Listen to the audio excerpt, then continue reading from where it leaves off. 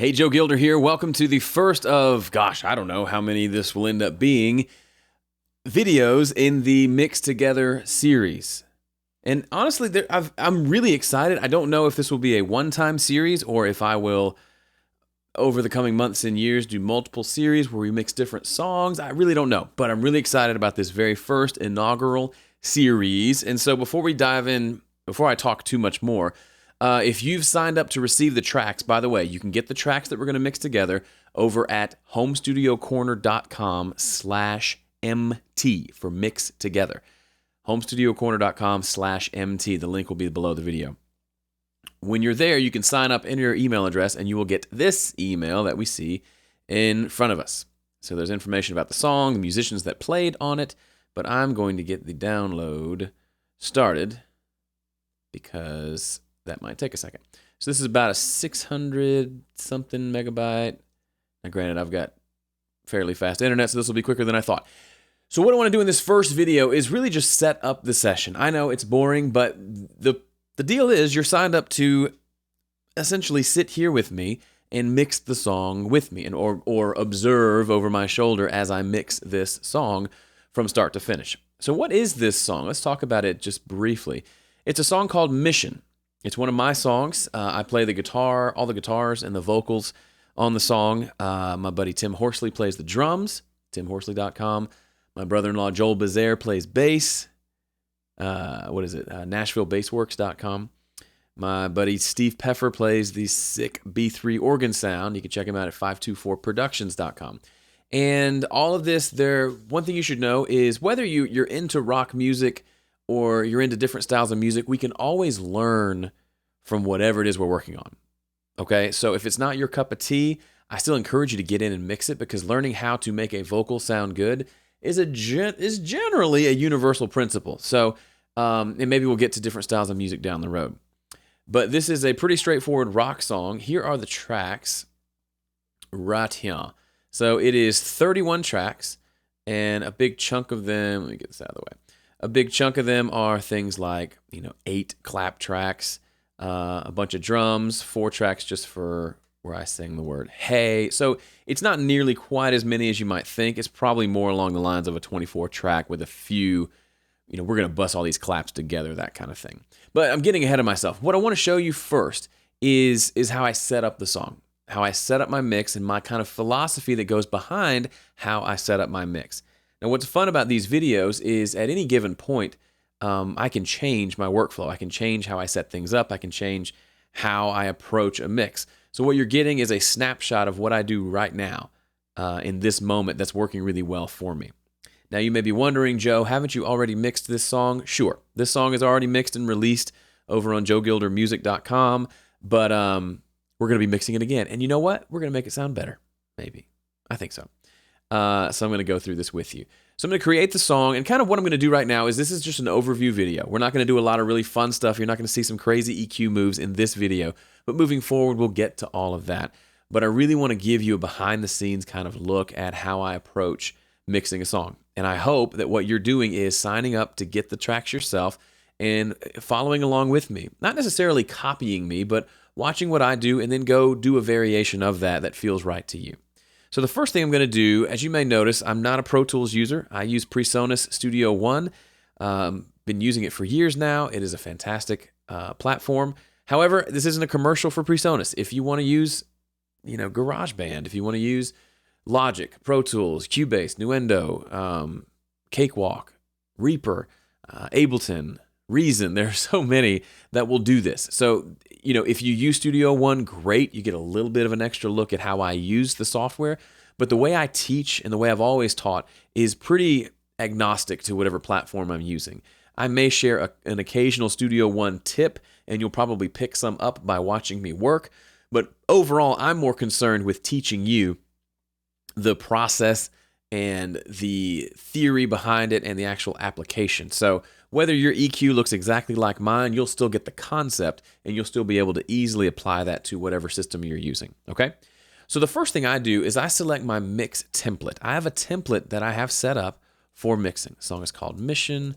We'll do MT for Mix Together so we know what we're doing. When you're importing this particular song, the files are 44.1 kilohertz, 24-bit WAV files, and the song is at 140 BPM. And it's probably a little longer than 3 minutes. One quick way to check on those things, if you get tracks from someone and you don't know, first thing is check the title. So the name of this folder is 44.1 24-bit, so that's helpful, and also has the BPM right there. Sometimes they don't. We won't get into that. Always ask for the BPM if it was recorded to a click, which these were. However, if you have the BPM but you don't know what the tracks are, at least on a Mac, and I'm sure this works on a PC as well, if you right-click on a file and choose Get Info, or if you just hit Command-I for info, it'll pull up this window, which you can zoom in and see. It is 44,100 sample rate and 24 bits per sample. That's 24-bit, 44.1 kilohertz. So now we know we can match up our session to that. Does it matter if you don't match it up? Not really. It's not a huge deal. But why would you not want to? Just keep everything as smooth as possible, the least number of conversions as possible, that kind of thing. All right, so everything's set up how I want. I want my time base to be bars instead of seconds. So I like to see the beats kind of mapped out on the grid in case I'm doing editing or some delays, or just I prefer it that way. And I hit OK. So this pulls up a new session. Now, I can do a lot of things here. I'm going to type the name of the song and the artist. We'll do MT mix for mixed together. So when I have all the files together, I don't get confused with which one's which. But this is just basically shows me details about the file. When I export an MP3, it'll use this information, which is kind of nice. As you can see, there's quite a bit going on. It's not a complete blank slate. There's actually a lot down here. They look like audio tracks, but they're not. What they are my buses. So if you've ever heard me talk about mixing backwards, this is essentially the core of mixing backwards. I have these buses in my session: drums, bass, electrics, acoustics, keys, vocals, and background vocals. Then over here, these are different effects buses, which are room reverb, plate reverb, slapback delay, quarter note delay, and half note delay. Now these are all set up with these first 7 buses don't have anything on them. There's an EQ that's just set flat because I tend to use EQ on those buses, but it's not set to anything. These effects buses are kind of my go-to effects. So if I tend to, in a mix, use some reverb, it's either a room reverb or a plate reverb. And I find myself, because I've done this a lot, I know which room reverb setting I like and which plate reverb setting I like. And I realized, okay, if I keep going down these menus and selecting these specific presets, setting up the EQ a certain way after the reverb, dialing in the certain decay time and all that every time I use the reverb, why don't I have that baked in to my template so it's right there to begin with? And that's what I've done. So as you can see, this room reverb that we use is a pretty typical room with a little under a second decay time. And then the plate reverb that I'm using has about a 6-second decay time, which seems really crazy long, but if you're adding kind of ambient things to that, for this mix, we probably won't use it, but I use it enough to where it's in my template. Now, if I don't, nothing's being sent to these, but over the course of the mix, if I decide, you know what, I want some room reverb on my overall drum bus, I can go to the sends section and I can send it there and turn it up and down. Okay? So these are sitting here waiting to receive something. Now, to take a step back, these red buses here, every track in my session will be routed to one of these buses. Okay? This song, for example, does not have acoustic guitar, so we'll be deleting that bus. If it had a bunch of strings, we might add a strings bus, or maybe we would just combine them all under keys. There's no rule here other than I want to have everything going through one of these buses. So if I pull all these faders down, you won't hear anything, right? Everything's going through one of these. The idea behind that is when I've got my drums routed through here and I've got levels set, I could maybe come in and do a little EQ on the drums that might just be necessary on the overall sound of the drums. Okay? Let me go back. I just messed up that EQ. I don't want that to be there. Same thing with guitars, vocals, things like that. I may want to do some processing on all the tracks and then go back and do processing on the individual tracks. That's the essence of my backwards mixing that I talk about. If I can get a decent drum sound by routing the drums through this bus, using some compression and 1 or 2 EQ moves to get it sounding a lot better just with those 2 things, why wouldn't I? That puts less pressure on me to get things right with the EQ and the compression on specific tracks and things like that. Does that mean I don't use those tools on those individual tracks? No, but it does mean sometimes I don't have to. You will notice as you watch this series of videos, I'm a hands-off mixer. I don't like to put something on every single track because 9 times out of 10 that's not necessary and is a waste of time or potentially hurts the mix. I only like to put things in that are needed. I see myself kind of as a sculptor. I only take away as much as I need to take away for the song to shine through. I'm more about taking things away, being more subtractive than I am about adding things. I like to subtract with EQ, subtract in sort of a way with compression, and then maybe add in some things using reverbs and delays, and maybe distortion and things like that as seems fit for the song. But I really like to start by taking away what's not working and kind of uncover the real song underneath. That's what's going on in my head the entire time while I'm mixing. These delay settings, just so you know, they're all the same analog delay plugin, which is, again, you'll notice another thing. I'm only using stock plugins for this entire mix, not because it's a YouTube video and I want to make it. I don't want you to think I use fancy plugins and that's how I get my good mixes. This is actually, and I hesitate to even say this is actually how I mix. This is what I do when I'm working for a client, when I'm mixing for dueling mixes, when I'm mixing for my own stuff. For the last year or two, possibly longer, I've only used the stock plugins in Studio One. Why? Because I think plugin companies are evil? No, I think they're great. I used the Waves stuff for a long time. Steven Slate stuff is great. There's plenty of good plugins out there. I've found that I can get the results I want with the stock plugins, and it saves me a lot of time and effort trying to make sure everything's updated, everything's working properly, everything's compatible, and it also saves money. Obviously, I'm not going out and buying plugins, even though, to be completely honest, because I run a fairly popular recording website and YouTube channel, I could probably get all those plugins for free, but I personally just don't choose to. That may change. Maybe in 2 years, I'll be using all third-party plugins like crazy. That won't make me a hypocrite. It's just at this current season of life, this is working well for me, and I like to think less about the tools and think more about the music. Okay? Now, if you use a lot of third-party plugins, I don't judge you. My buddy Graham Cochran, one of my best buds, especially in the audio world, he uses a lot of third-party plugins, but he also uses a lot of stock plugins sometimes because he's in the same boat as me. It's not so much about the tools as it is about how you use them that's going to determine whether your mix sounds good or not. Here's another setting. This is the quarter note delay. Got some feedback, a ping pong delay. That means it bounces back and forth, left and right if you pan the send.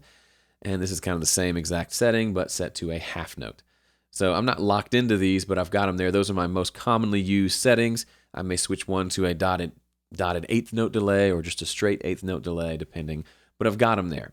And from what I can tell, these days, I'm only using, with nothing happening in the session, I'm using 6% CPU.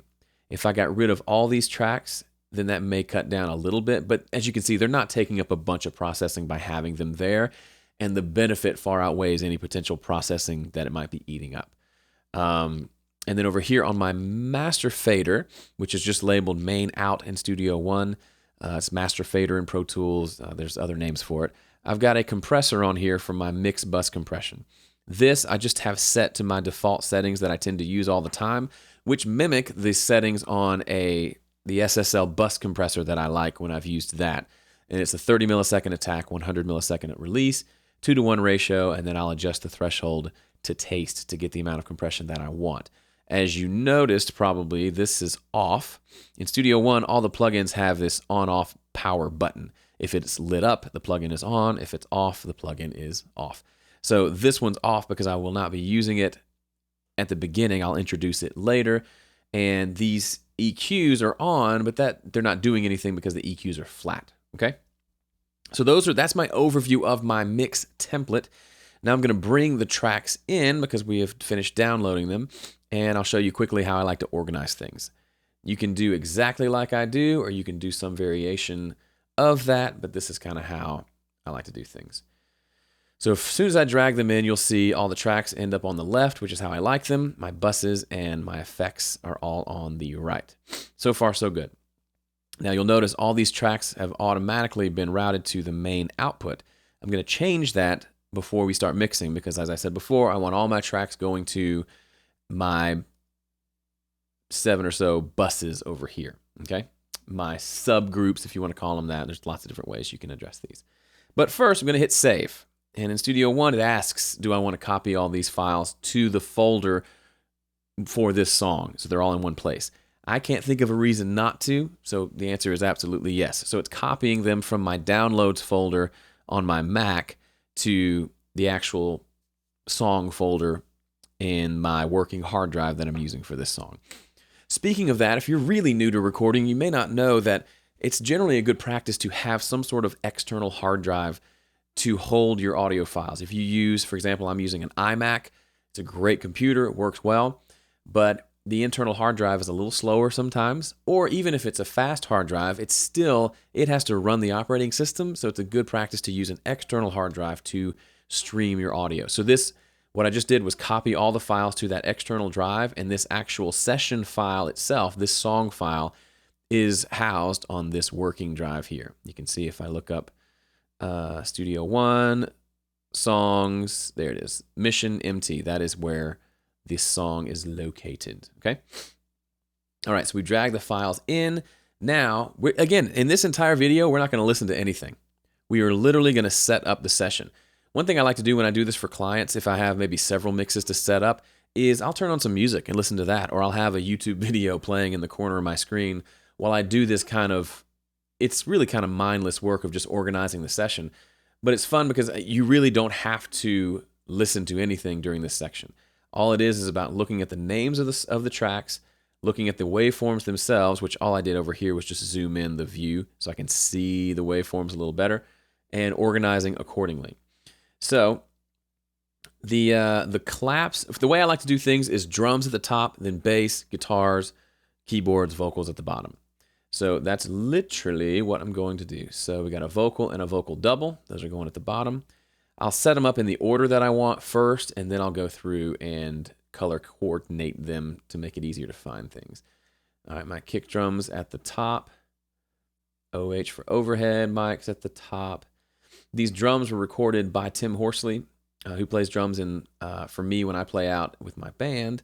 He's a fantastic drummer. He's toured with Keith Urban, Gary Allen, a lot of great country folks, super nice guy. And he does a lot of recording for a lot of my customers and Home Studio Corner people because he has a sweet setup, as is fairly typical in Nashville. He has a pretty sweet setup in his studio, in his house, and he can get some really great sounds out of there.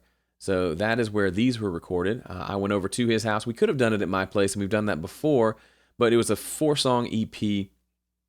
I didn't want to do a big tracking day. I wanted to change things up a little bit. So we went over to his place and just, I sent him MP3s of me playing and singing to a click track, and then he recorded on top of that and then sent the files back. So I was there kind of producing, sitting on the couch, listening on earbuds while he was tracking and giving him suggestions and ideas for things that I want to change. And it turned out really well. So if you have songs that you need drums on, you don't want to do the easy drummer thing, you want a real drummer, but you're not sure what to do, Tim is a great option. And again, all of these musicians are great options. Tim Horsley, in the email with the download links, if you haven't gotten the download links, go check those out. There's a link below the video. When you get the email with the download links, which is right here, it's actually links to each of their websites. So if you want to contact them individually or contact me to hire all of us to play on your songs, there are people doing that, and it's really fun and exciting. Okay, I've almost got everything organized how I want. The claps are all here below the drums, along with a tambourine. So I tend to like drums, then percussion, and have them all together. Bass DI, bass amp. IBY is just my Ibanez. I don't know why I called it that. And then there's LP for Les Paul, Tele for a Telecaster, and then the solo here. B3 here by itself, vocals here, and then this hey is just literally a gang vocal on one word where I say, I bet you can't guess what word, the word hey, during the first verse. Okay, so now everything's organized order-wise. What I'm going to do is do a little bit of color coordinating. These are the colors I tend to go with. Usually blue on the drums, usually light blue on percussion. So all different shades of blue. Studio One doesn't give you tons of color options, but this will do. These electric guitars, there's no acoustic guitars in this song, so I'll let them all be kind of this nice green. Organ, for some reason for me, always has to be some shade of peach or orange. Lead vocals are always bright yellow because I want to be able to find them easily. And then any background vocals, usually some shade of purple, seems about right. Okay, so now we've got, I don't like the clap color in the tambourine. Hang on, let's go a little. Yeah, I guess that's the best I can do. Okay, so now everything is in order, lined up together, slightly more organized, easier to look at. Move my start and my end markers a little bit more appropriate. But now, as you may know, we haven't done anything to the routing. So the tracks are still, as you can see, all routed to the main outputs. Now, it goofed up my buses a little bit and got them out of order. So let me move those back. Wait, not that one. For some reason, some of my mixed buses, when I was dragging things around, got dragged around. Let me make sure those are back over here. Actually, it was just the drums. Okay. So now I want to do routing. So in Studio One, it's pretty easy. I want all these going to the drums. So I select them all. I click on the output section right here, and I select drums. Boom, they're all going to the drums. Here are my bass tracks. There's an amp track and a DI track. They're going to the bass bus. Now you may be wondering, as a lot of people do, what's the deal with, for example, this keyboard track? There's one organ. Why would I bother sending it to the organ bus? Well, in some senses, it makes no difference because I'm going to treat it the same whether it's on an individual track or in that bus. But for me, organizationally and the way I think about these things, I like to have everything going through over here. So I could literally, if I get towards the end of my mix, I could just use these handful of faders. Get rid of this one. These 6 faders to do all my overall levels. Once I've set the levels for everything else over here, I can come in and just move these around individually and do all my mixing here.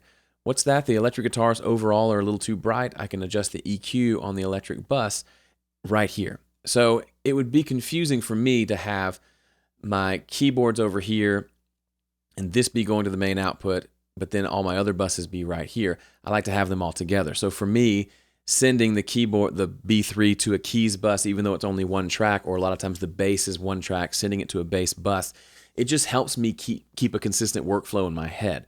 Also, if I send the bass to the bass bus and I do some processing and I decide I would like to duplicate the bass and put distortion on that duplicate.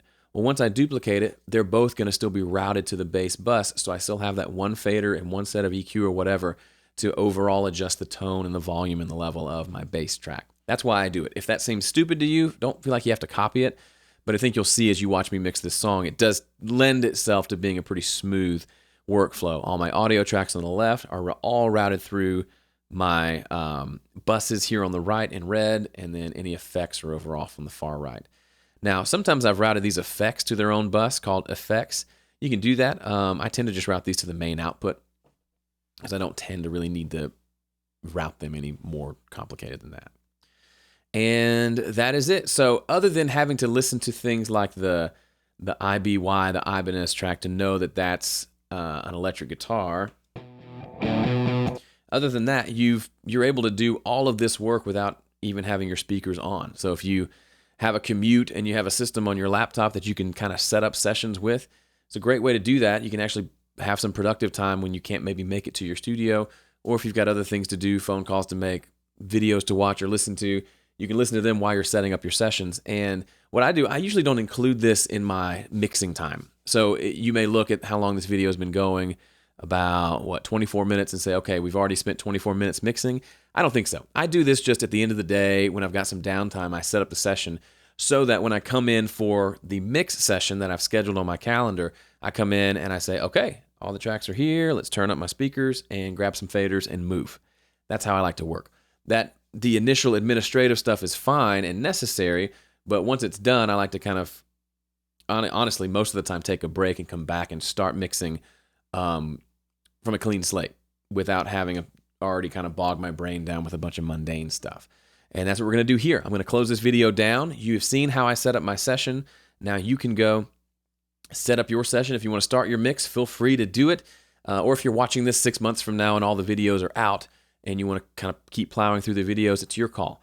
But what I would definitely highly recommend is if you're only watching the videos, I recommend going over to homestudiocorner.com/MT for Mix Together and signing up to get the tracks to this song, because you will learn.